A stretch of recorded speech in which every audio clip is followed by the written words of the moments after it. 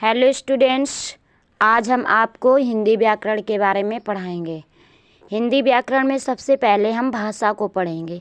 भाषा को इंग्लिश में लैंग्वेज कहते हैं। भाषा की परिभाषा क्या होती है उसके बारे में जानेंगे और समझेंगे भी। भाषा वह साधन है जिसके द्वारा हम दूसरे लोगों तक अपने विचार पहुंचा सकते हैं और उनके विचारों को जान सकते हैं। इसका मतलब ये हुआ, भाषा वह साधन है जिसके द्वारा हम दूसरे लोगों तक अपने विचार, जो हमारे अंदर भाव प्रकट होते हैं, विचार प्रकट होते हैं, उनको हम उनके विचारों को जान सकें।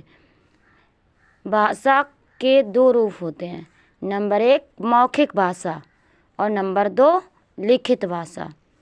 यहाँ पे हमने फिगर भी बनाया हुआ है और इस फिगर से हम और अच्छे से समझ में आ जाएगा कि कौन सी मौखिक भाषा होती है और कौन सी लिखित भाषा होती है। अब हम मौखिक भाषा के बारे में पढ़ेंगे कि मौखिक भाषा क्या है। बोलना, जो हम बात करते हैं, बोलते हैं, बोलना अर्थात मौखिक रूप भाषा का पहला रूप है। इसमें बोलकर अपनी बात कही जाती है और दूसरा उसे सुनकर समझता है।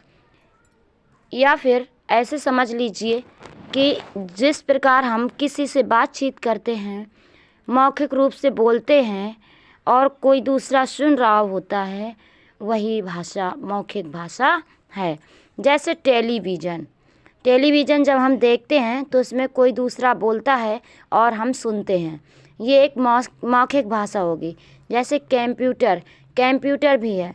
और अब हम लिखित भाषा के बारे में पढ़ेंगे कि लिखित भाषा क्या है।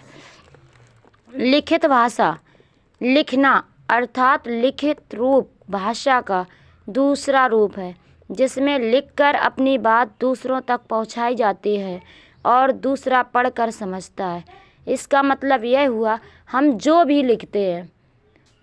लिखते हैं वह जो लिखा हुआ हो वह बात दूसरों तक पहुंचाना और दूसरा उसे पढ़कर समझे, तो यही लिखित भाषा है। एग्जाम्पल है जैसे पुस्तक जब हम पढ़ते हैं और समाचार पत्र पढ़ते हैं तो ये दोनों लिखित भाषा के एग्जाम्पल हैं। यहीं पे आज मैं अपनी बात समाप्त करती हूँ और कल फिर मिलेंगे एक नए वीडियो के साथ।